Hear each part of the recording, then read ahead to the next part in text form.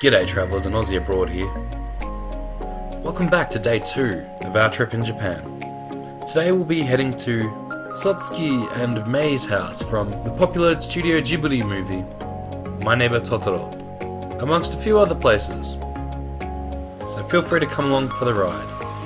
Apparently this entire park was built for the 2005 World's Fair.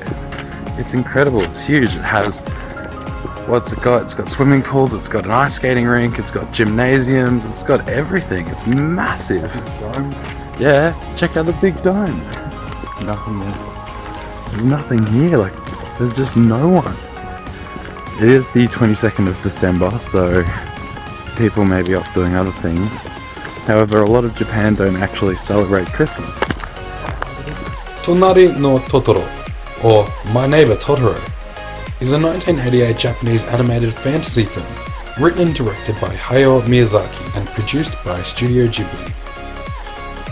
The film tells the story of the two young daughters, Satsuki and Mei, of a professor and their interactions with friendly wood spirits in post-war rural Japan.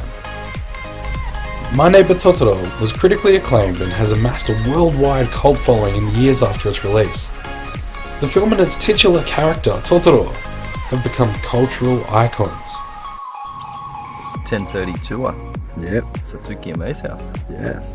Also known as the Totoro house. Totoro actually comes from Mei, the youngest of the daughters, mispronouncing Tororu, which translates to troll. This comes from a book Mei has read, which turns out to be Billy Goat's Gruff. So the house that we are about to go and see is a replica of what you would find the two daughters from the anime would have lived in. This is a replica of the Kusakabe residence, the house of the 1950s in which the leading characters of animated film My Neighbor Totoro lived. It has been built within the woods of the Expo 2005 Aichi Commemorative Park. It was constructed using traditional Japanese techniques of the early Showa era. This pavilion bears evidence about the contemporary Japanese architectural skills in building houses. The furnishings in and around the house have been made so realistically as if you had seen them in the movie. The opportunity is provided for visitors to explore the house, looking inside the closets and chests and touching things, as the heroines Satsuki and Mei did on their very first visit here.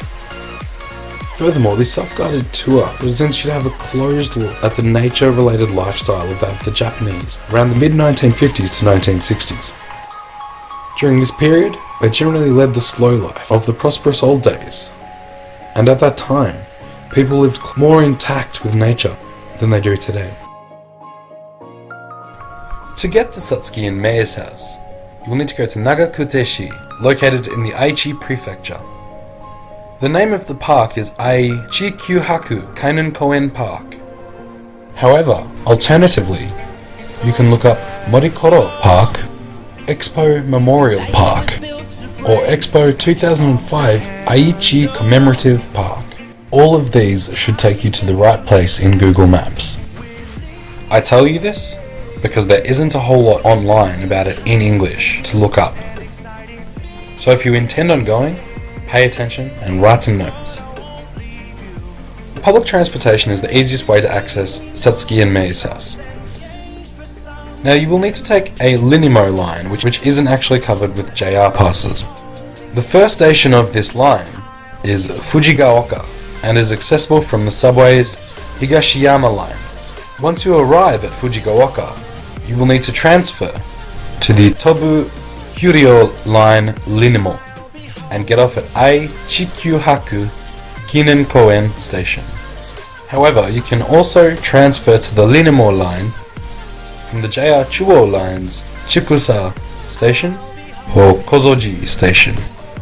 The business hours of Satsuki and Mei's house: Tuesday through Friday, 10 a.m. till 4:30 p.m. and on weekends, 9:30 a.m. till 4:30 p.m. The admission fee is 510 yen each, and the attraction is closed on specific dates and the New Year's holiday. Entrance time slots can be reserved at convenience stores such as Lawson's or Ministop. Day of tickets can also be purchased at the reception office at Satsuki in Meishouse.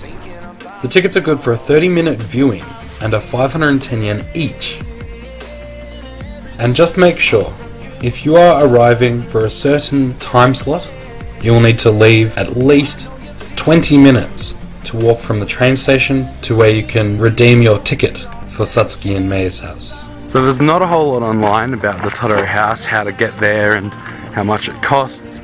A big thing that we thought we might have to do is prepay tickets at Lawson's the night before, and we went and had a quick look at the Loppy machine, but it seemed a bit difficult. There was about 1 million buttons to press and we couldn't work it out, so we kind of just turned up today. It's what, probably 9:30 when we turned up, and there was no line. There was only 4 of us there. Keep in mind we are here in winter, and it's not, awfully cold by any means, but I assume that would probably affect the attraction. The tour only goes for half an hour and it's a self-guided tour. Now you are allowed to take photos and video outside of the house, but you won't be permitted to actually take photos and video inside of the house. So you'll spend 15 minutes outside and 15 minutes inside, and they'll give you a little sheet in which of items of what you need to find. Return of the power drinking stance. How do you feel? Hydrated? Hydrated, Feeling H2O. It's good. Hashtag awesome. Once we had finished up at Satsuki and Meishouse, we jumped back on the automated train and made our way back to Nagoya to attempt to get a bird's eye view of the city we were staying in. Chris and I have finished at the Totoro house, and now we're making our way to the Nagoya TV tower. Just 2 kilometers east of Nagoya Station is Nagoya's downtown district, Sakaya. And in Sakaya you will find many things, one of which is the Nagoya TV tower. Nagoya TV tower is the oldest TV tower in all of Japan and was completed in 1954. It is located in the center of Hisaya Odori Park, which can be found almost 50 meters down the road from exit 3 of Sakaya subway station. The tower is 180 meters high and has 2 main observation decks at the heights of 90 meters, the indoor sky deck, and 100 meters, the outdoor sky balcony. Nagoya TV Tower was once the tallest building in all of Nagoya and also the first observation deck open to the public in all of Japan. Since then, it has been surpassed by Midland Square, which has taken over the name of the tallest building in all of Nagoya. It is 247 meters tall, 67 meters taller than that of the Nagoya TV Tower, and completed 2007.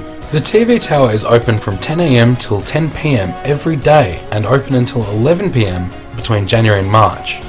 Admission will only cost you 700 yen, so definitely worth going up for the views alone. Directly across the road from the TV tower is the Oasis 21 shopping centre, a modern facility which was opened to the public in 2002. It contains restaurants, stores and a bus terminal as well as tourist information. The building's mostly underground.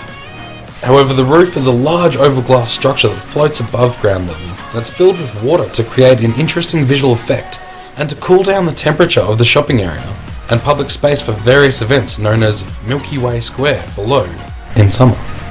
This complex is a multi-level park with the theme of Spaceship Aqua, which is abundant throughout. The Field of Green is on the ground level where flowers and trees are planted for weary shoppers to relax. The Galaxy platform is basement level and where many events are held, and there are various shops and restaurants on the ground level. But the most spectacular part is watching the spaceship or roof light up at night, but that's for another video.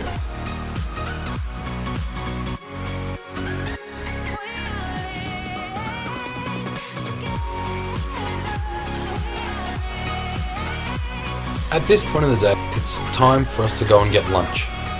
We got some of the most incredible ramen we've ever had, but unfortunately, that's about all I have time for today, travellers. But I'll see you in the next video.